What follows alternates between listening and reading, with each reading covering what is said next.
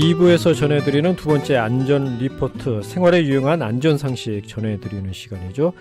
오늘 말씀 큰 믿음 손해사정 백주민 대표 만나보도록 하겠습니다. 안녕하세요. 네, 안녕하세요. 네, 오늘 준비하신 내용 보니까 횡단보도에서 일어나는 각종 사고에 대해서 준비를 하셨는데, 먼저 이 도로교통법상의 횡단보도의 정의와 법규는 어떻게 되어 있습니까? 네, 도로교통법에서는 횡단보도를 보행자가 도로를 횡단할 수 있도록 안전표시로 표시한 그 도로의 부분을 횡단보도라고 정의하고 있습니다. 보행자는 말 그대로 보행하는 사람을 얘기하고요. 여기에 유모차와 보행 보조용 의자차도 보행자에 포함됩니다. 우리 도로교통법 제27조에서는 모든 차의 운전자는 보행자가 횡단보도를 통행하고 있을 때에는 보행자의 횡단을 방해하거나 위험을 주지 아니하도록 그 횡단보도 앞 또는 그 정지선이 설치되어 있는 곳에서는 그 정지선에서 일시 정지를 해야 한다고 규정하고 있습니다. 만약 운전자가 횡단보도 보행자 보호를 위반하여서 보행자를 충격했을 때에는 교통사고 심리법에 의해서 운전자가 종합보험에 가입되어 있어도 형사처벌을 면하지 못합니다. 네.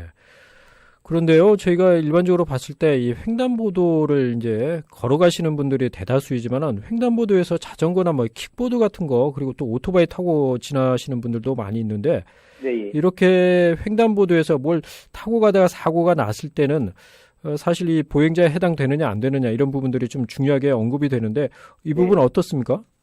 네, 맞습니다. 도로교통법상 보행자에 해당하지 않는 경우에는 운전자가 형사처벌을 받지 않기 때문에 운전자 입장에서는 매우 중요한 부분입니다. 예. 먼저 횡단보도 보행자에 포함되는 사람은요, 횡단보도를 횡단하고 있는 보행자, 그리고 앞서 말씀드린 유모차와 거동이 불편하신 분들이 많이 사용하고 있는 보행 보조용 의자차가 보행자에 포함됩니다. 또한 자전거 또는 오토바이를 타지 않고 내려서 끌고 횡단하는 운전자, 아이들의 경우에는 레저용 인라인 스케이트 또는 보드를 타고 횡단하거나 세발 자전거를 타고 횡단하는 어린이, 마지막으로 보행자가 손수레를 끌고 가는 경우에는 모두 보행자에 포함됩니다. 예. 반면에 보행자에 포함되지 않는 사람은요, 자전거 또는 오토바이를 타고 횡단하는 운전자, 전동 킥보드를 타고 횡단하는 사람 등 이동수단으로 무엇인가 타고 가면 항상 보행자에 포함되지 않습니다. 예. 또한 횡단보도에 누워있거나 앉아있는 사람, 횡단보도 내에서 싸우고 있는 사람, 횡단보도 상에서 택시를 잡고 있는 사람 등은 횡단보도 보행자에 해당되지 않습니다. 예. 마지막으로 횡단보도 노면 표시에 있는 횡단보도 노면 표시가 있는 곳에서 발생한 사고만을 횡단보도 사고로 처리하고 있거든요. 네. 그래서 횡단보도를 조금이라도 벗어난 경우에는 횡단보도 사고로 보지 않고요. 횡단보도와 일시정지선 사이에서 발생한 사고도 횡단보도 사고에 해당되지 않습니다. 횡단보도에서 보행자 사고 규정이 생각보다 상당히 조금 구체적이고 까다롭게 규정이 되어 있군요. 네. 그런데 이 횡단보도 보면은 실질적으로 횡단보도라고 만들어 놨지만은 이 횡단보도 기능이 상실된 경우가 여러 가지가 있는 걸로 알고 있습니다. 어떤 경우가 해당됩니까? 네, 횡단보도의 기능이 상실되는 경우에는 첫 번째가 횡단보도가 거의 지워져서 횡단보도 지점이 식별이 안 되는 경우가 있습니다. 이 경우하고 또 눈이 내려서 횡단보도가 전혀 보이지 않는 경우, 그리고 신호등이 있는 횡단보도의 경우에는 보행 신호가 적색일 때, 빨간불일 때는 횡단보도가 기능이 상실한다고 보셔야 합니다. 예. 그리고 마지막으로 도로 포장공사 중으로 일시적으로 횡단보도가 지워진 경우에는 횡단보도에 해당되지 않습니다. 따라서 이 경우에 운전자가 보행자와 사고가 발생했을 때에는 발생했다고 하더라도 횡단보도 보행자 보호 의무 위반 11대 중과실에 해당되지 않습니다. 그렇군요. 일반적으로 이제 횡단보도에서 사고가 발생했을 때 운전자 과실을 이제 100% 정도로 물리고 있는데요. 특별한 사정이 없는 경우에. 네. 그런데 우리가 흔히 또 보지 않습니까? 녹색의 횡단을 시작해서 적색의 이제 사고가 발생할 경우, 또는 이 자전거를 타고 횡단하다가 사고가 났을 때 이때 이 보행자 과실을 어느 정도 묻는지 사례를 좀 들어서 설명을 해주실까요? 네, 예. 횡단보도 사고는 신호가 있던 없던 통상 보행인을 보호하는 구간이기 때문에요, 과실을 물을 수가 없습니다. 예. 다시 말해서 운전자의 과실이 100%다라고 이해하시면 맞겠죠. 다만 다음과 같은 경우는 이제 보행자 과실이 발생하는데요. 첫 번째가 신호기가 있는 교차로에서 보행자 녹색 전멸, 깜빡이는 신호에 그 횡단을 시작했는데 예. 빨간불에 사고 난 경우가 있습니다. 이런 경우 우리 법원은 녹색 전면 신호에서 빨간불로 바뀌기 전까지 횡단을 완료하지 못한 잘못이 있다고 하여서 한 20% 정도 과실을 평가하고 있습니다.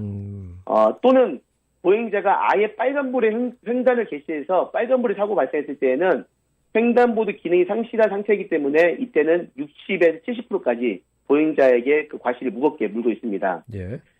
두 번째 경우는 보행자가 녹색 신호에 횡단을 하긴 했지만 횡단보도 상이 아닌 횡단보도 바로 옆부분, 그 옆부분 벗어난 경우는 횡단보도 사고가 아니라고 말씀드렸었는데요. 예. 그 옆부분에 사고 났을 때는 횡단보도를 하고 있는 보행자의 과실을 통상 20% 정도 부과하고 있고요. 세 번째는 그 신호기가 없는 횡단보도 부근에 무단횡단일 때에는 약 30%, 그리고 육교나 지하도가 있는 경우에는 그 부근에서 무단횡단했을 때는 80%까지 보행자의 과실을 묻고 있습니다. 예. 마지막으로 그 보행자가 음주로 누워있거나 앉아있거나 그러다 사망사고 나는 경우가 종종 있는데요.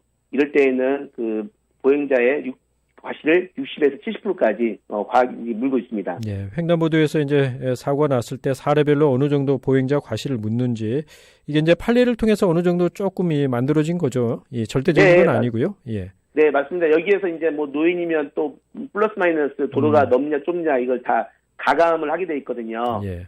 기본 과실을 좀 말씀드려봤습니다. 예. 자, 오늘 횡단보도 관련 사고 났을 때 어떻게 지금 처리가 되는지 이런 내용들로 지금 소개를 해주셨는데 마지막으로 조금 당부의 말씀이 있으시다면요? 예, 제가 교통사고 보상 업무를 주로 하다 보니까요. 예. 최근에 블랙박스 영상을 많이 보게 되는데 볼 때마다 안타까운 것은 조금만 주의했더라면 발생하지 않았을 사고가 운전자나 또는 보행인의 부주의로 큰 사고 또는 사망사고로 이어지는 경우를 자주 보게 됩니다. 그래서 오늘은 특별한 팁보다는 아무리 강조해도 지나치지 않는 안전운전을 말씀드리고 싶고요. 이제 곧 여름이 됩니다. 그래서 날씨가 많이 더워지는데 여름이 되면 오후 시간에 나른해지면서 졸음운전이 위험해지고 가능성이 높아지는데 절대 졸음운전 피하시고 쉬어가면서 안전운전 하시기를 말씀드리고 싶습니다. 네, 오늘 말씀 여기까지 듣겠습니다. 고맙습니다. 네, 감사합니다. 네, 지금까지 백주민 손해